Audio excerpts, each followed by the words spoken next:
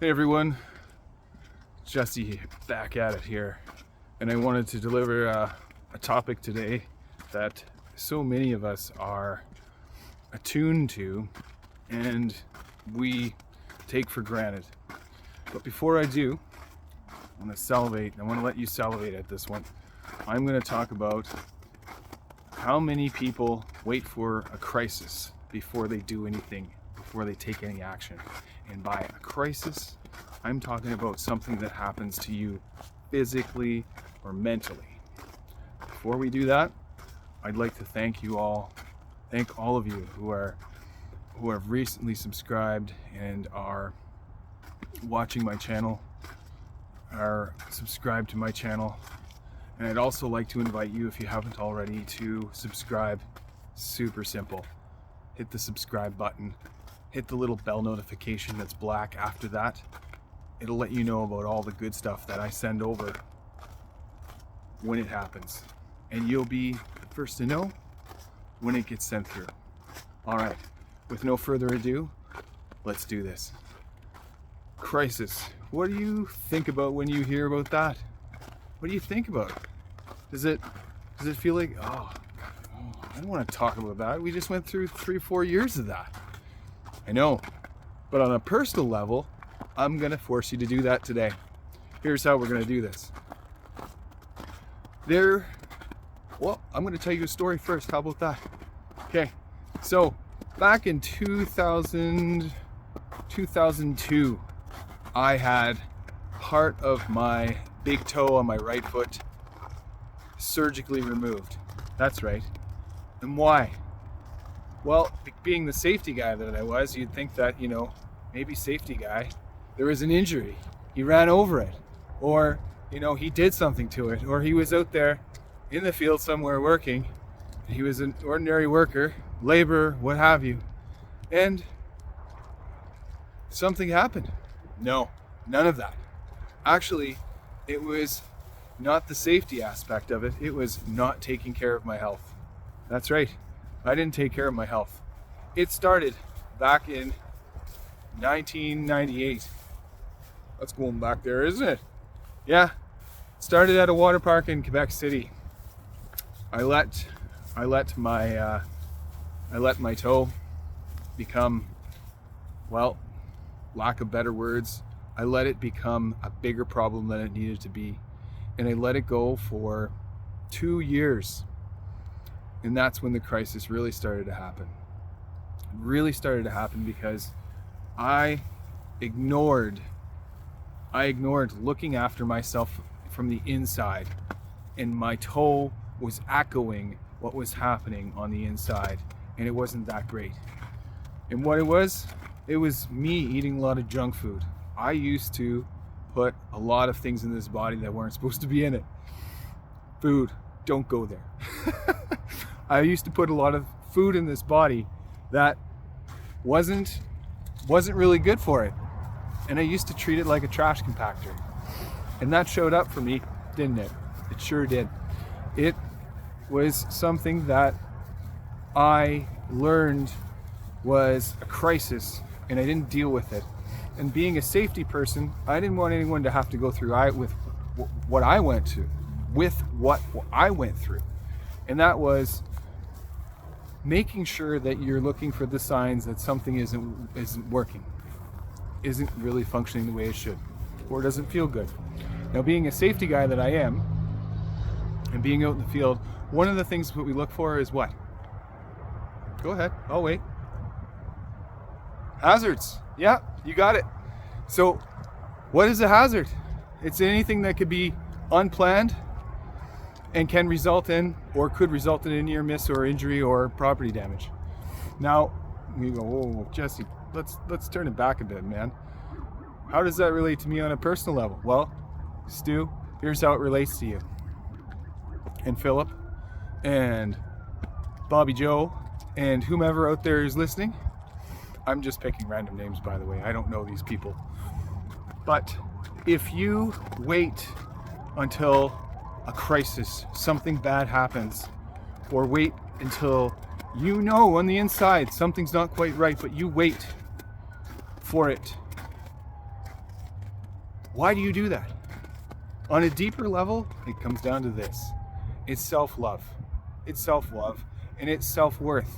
You don't feel that you're worthy of doing something, or you ignore it going, it's okay, it'll get better, I know what I'm doing here. But you don't stop to go, I don't take the time to really look after my body, do I? No. I eat on the fly, through the drive-through, my Timmy's in my hand, and I eat whatever croissant sandwich that is out there coming from McDo, as we would say. McDonald's. Some sort of fast food thing. Yeah, that's what happens. So when you run a schedule where you are not looking after your body, but you are putting money first, or you're putting other people first, guess what's happening? You are basically telling yourself that you're not worth it. You're not worth a darn. And I'm going to tell you though, you're worth everything, but you're worth nothing to your family injured or with an illness, or even worse, almost dying. You're not worth that to them. You are worth it to them to be, what's worth it to them is to be able to show up and to be able to show yourself some grace. It's to be able to carve a big part of your day, which is an hour each time. An hour, no less, okay? You got to do it. You got to do it for you. You got to do it for them. You got to do it because you got to look at the lens of I love myself. As a guy, that's hard to admit. Yeah, I'm looking at you, man. I know. I bet you can't look 5 seconds in the mirror and appreciate yourself. All right. Now that's not out to shame you. That's out just to give yourself an awareness to what you should be doing for yourself, and that's looking after yourself. Now, I'm not immune to this, right? Because I didn't look after myself. I used to spend a lot of time not appreciating who I was, and that was leaving myself last. That was not considering my health. That was eating every doggone thing out there that tasted good or would taste good in my stomach. And what it showed me was my body didn't like it, and it resulted in physical illness. Now, did I create that? Did I create my own physical illness? You bet your arse I did. I did all that. With all the mental anguish and stories that I told myself over and over, I created the physical problem that existed in my foot. Well, Jesse, how can that be? Because things just happen. When you get infections, or people just have open cuts, or, bone injuries, or there's genetics, and oh my gosh, stop. Because someone told me to stop too at one point. It's not all that. Genetics are only 20% of that. Epigenetics are 80, if not more than 80% of who you turn out to be. That's right. The environment, everything around you, the people you hang out with, the books you read, the music you listen to. What you do depends on you. What you do depends on you. Okay? How you feel depends on you. How you go about your life depends on you. Everything depends on you. And I'm gonna call out most of you men out there, because if you're like me, you are gonna wait for a crisis. You're not gonna look, oh, there's a hazard. Oh, I've got eczema on my arms, that doesn't mean anything. Or, something doesn't feel right in my esophagus. Or, I've got trouble with this arm. I've got pain here. I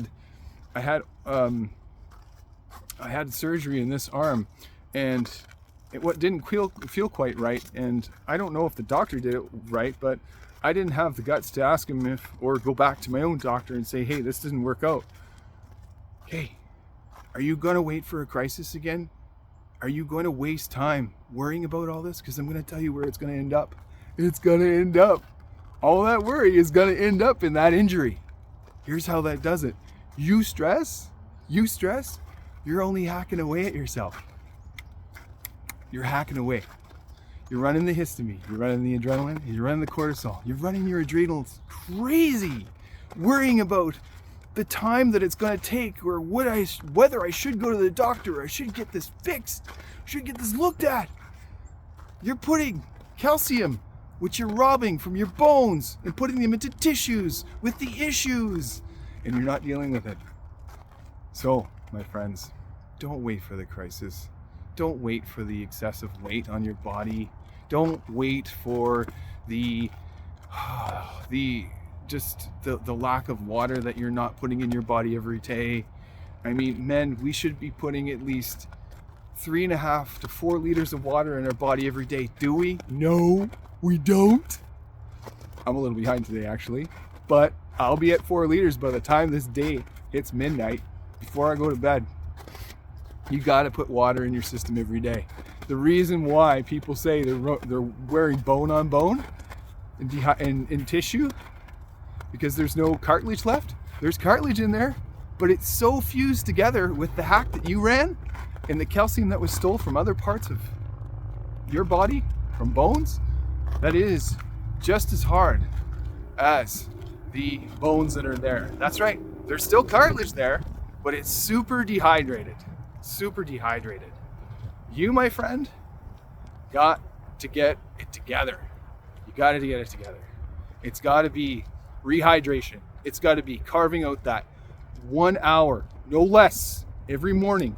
Get up before the sun gets up, before your kids get up, before your wife gets up, before your spouse, your partner gets up. Do it.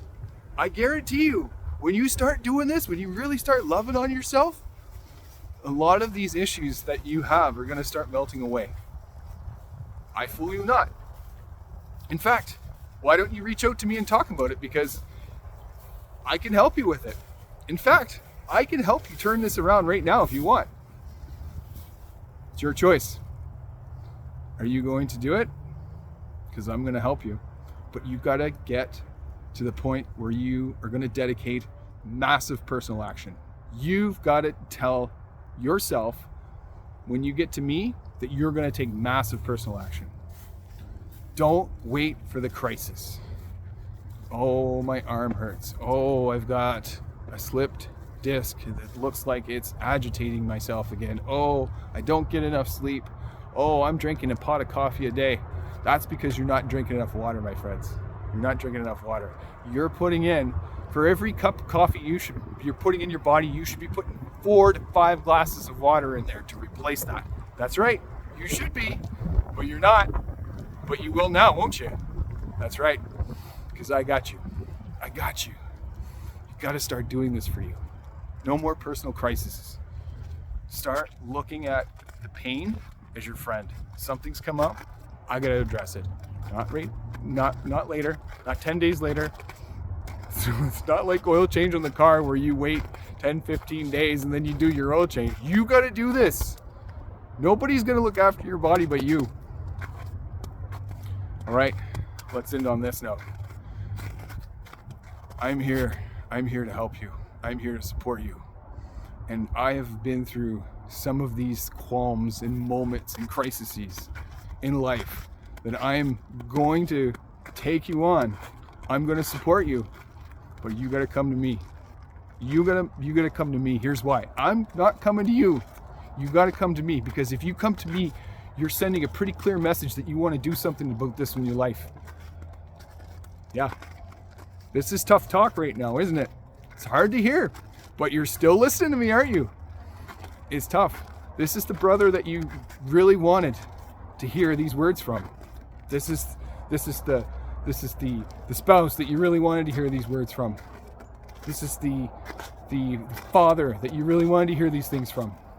You really wanted to hear this dad talk, this brother talk, this I got you talk. Yeah. But I'm telling you this too. It's not too late. It's never too late. It really isn't. Even if you're down the road where you think you might have stage 3 inflammation, it's not too late. It's not too late. I can talk to you on how to get to a point where you don't have to worry about that either. That's right. We can talk it all over. I'm going to leave you with this. I hit a point in my life where I decided that I needed to take charge. I am first. My kids, my wife, my family, they're first as well. But I need to show them by leading every day what first looks like, so that they can show up for them when they get, when they're all grown up. When my wife goes on every day, she knows what to do as well. She knows how to lead her life, and she already does. Don't get me wrong, like, she's so good at it. And my kids, so they know what to do, so that they know that they're a priority in their lives, and they're not filling other people's cups before they fill their own and then feeling resentful about it. Okay, so leaving you with the question: are you waiting for a crisis before you act, or are you going to act now? If you are, I'm willing to help you. Comment below, reach out, thevaliantlifestyle.com. See you soon.